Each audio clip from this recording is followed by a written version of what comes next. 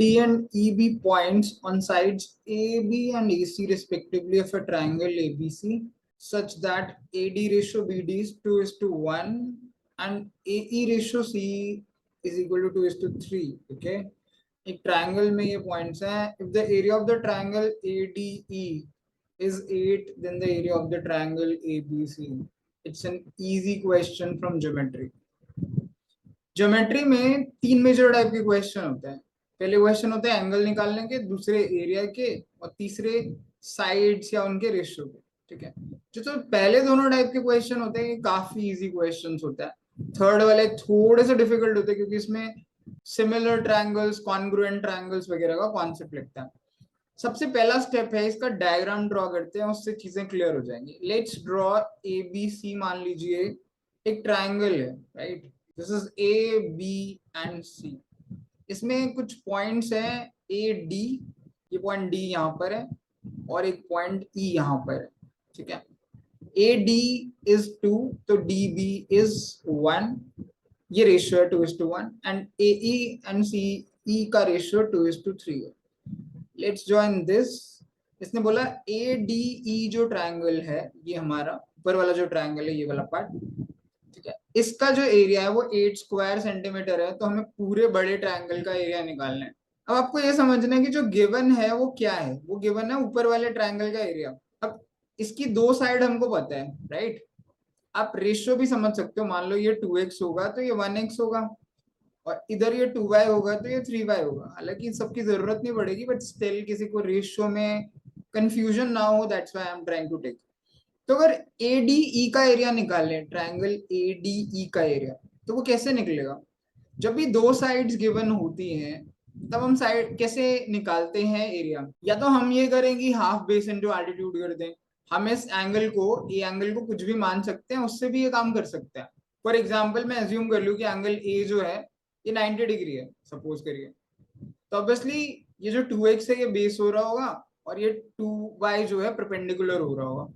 मतलब ऐसे एंगल बन रहा होगा ना, ये 2x है, ये 2y है. इसमें क्या होता है, then the area will be half base into perpendicular, that is equal to 8. तो इससे मैं देख सकता हूं कि ये 2 से 2 कट गया. x into y जो है मेरा वो 8/2 यानी 4 आ जाएगा इस 2 से, क्योंकि ये 4 पे कट जाएगा. तो सिमिलर वे में अगर मैं बड़े ट्रायंगल का एरिया निकालने लगूं, ABC का, ट्रायंगल ABC का, तो क्या होगा. बिकॉज ये तो मैंने 90 डिग्री मान लिया. आप कुछ भी एंगल एज्यूम कर सकते हो क्योंकि उसने कोई कंडीशन दी नहीं है. ये तो हो ही सकता है ये 90 डिग्री हो. मैं बिना 90 के भी बता दूंगा, बट 90 से भी हम नॉर्मली कर सकते थे. तो अब ABC का एरिया क्या होगा, हाफ बेस. अब बेस इनटू एल्टीट्यूड में ये 2x की बजाय ये पूरा साइड होगी AB, जो 2x प्लस 1x यानी 3x है, इनटू ये वाली साइड 2y प्लस 3y यानी 5y है. ये निकालना है हमको. दैट इज इक्वल टू, अब ये 3 into 5, ये हाफ भी है, into x into y, xy है. अब xy की वैल्यू हम यहाँ से डाल सकते हैं 4, सो it will be half 3 into 5 into xy की वैल्यू अगर मैंने फर्स्ट इक्वेशन से डाली तो 4 लिखूंगा मैं यहाँ पे. Now this can be cancelled to 3 5s are 15, 15 2s are 30. That will be the area of the large triangle or the bigger triangle ABC, and which will be our answer. तो एक easy question है बहुत, geometry से directly आप कर सकते थे. अगर आप perpendicular into base, half perpendicular into base करके एरिया ऑफ ट्रायंगल कैलकुलेट करते, तो हमने बस एंगल ए को 90 डिग्री एज्यूम किया था, जिससे इसकी कोई भी कंडीशन वायलेट नहीं हो रही थी क्योंकि ये प्रोपोर्शनल है. So it's a very easy question from geometry. But मान लीजिए कोई ये एज्यूम ना कर पाता, तो काफी सारे स्टूडेंट्स ही कह सकते हैं सर ये एंगल 90 होगा कि नहीं होगा, ये तो हमें पता नहीं है. चलिए नहीं पता है, राइट. तो हम क्या करेंगे, तो भी सेम चीज ही होगी, कुछ अलग नहीं होगा. ADE का एंगल, ADE ट्रायंगल का एरिया में कैसे निकाल सकता हूँ, दो साइड गिवन है.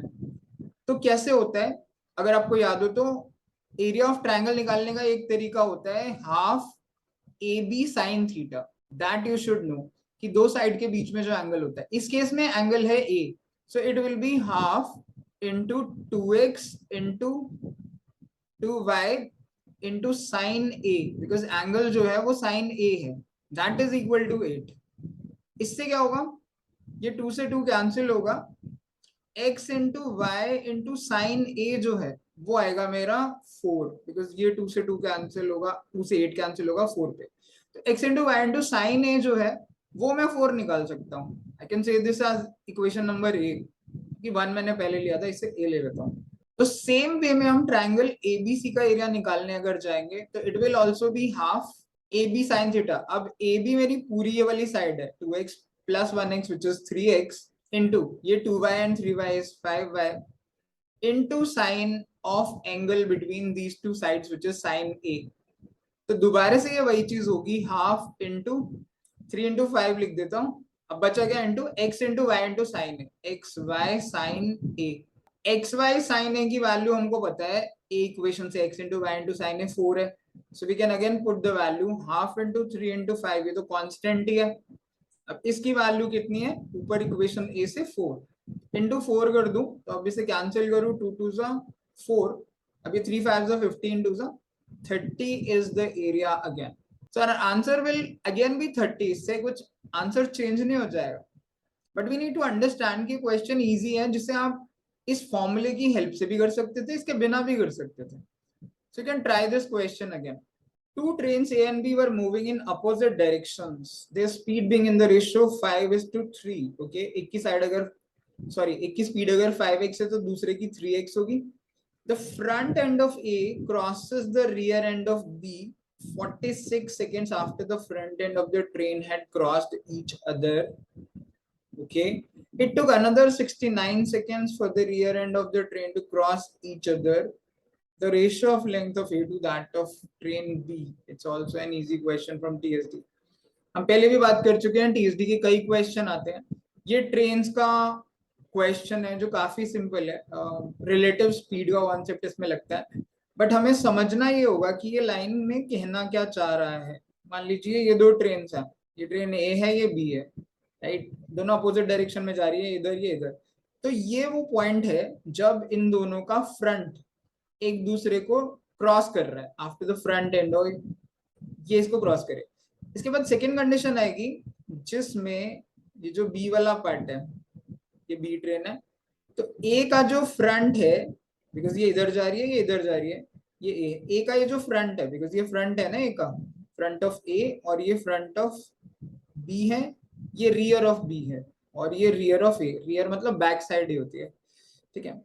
तो फ्रंट ऑफ जो ए है मेरा, वो बी के रियर को क्रॉस कर रहा है। ये देखिए, front of A crossed the rear end of be in 46 seconds, यानी यहां से यहां तक। अब ये जो डिस्टेंस ट्रेवल हुआ है, ये बी ट्रेन की लेंथ के बराबर डिस्टेंस ट्रेवल हुआ है, बिकॉज पहले हमारी ट्रेन जो थी यहाँ पर थी, फ्रंट यहाँ पे था ए का, अब ए का फ्रंट जो है बी के रियर पे है यहाँ पे, तो जो डिस्टेंस ट्रेवल्ड है वो बी की लेंथ के बराबर है।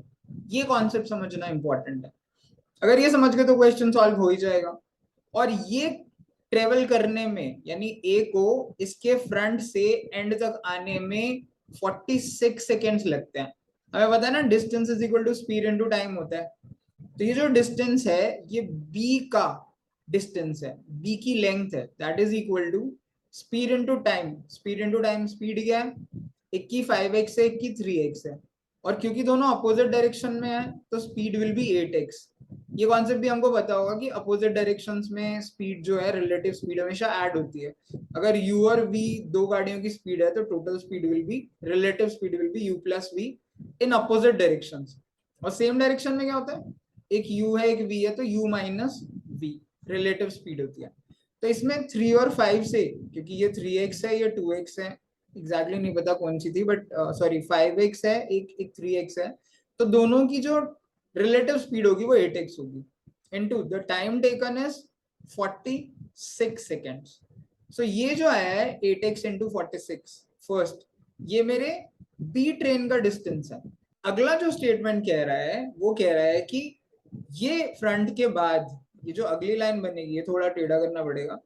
अब अगली सिचुएशन क्या बनेगी, ये बी है, अब ए का जो फ्रंट एंड ने बी के रियर को क्रॉस किया है, इसके बाद दोनों के रियर, यानी ऐसे सिचुएशन होगी, ये ए होगा, इसे क्रॉस करने में अनदर 69 सेकेंड्स लगते हैं।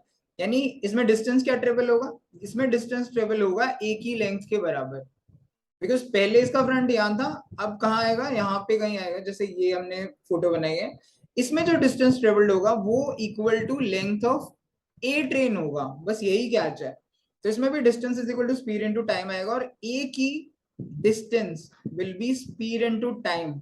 जो भी ए का डिस्टेंस होगा वो अभी जो स्पीड थी, स्पीड तो रिलेटिव ही है क्योंकि दोनों अपोजिट डायरेक्शन में आ रही है, 8x into the time taken now is 69 seconds, so that is the length of train A।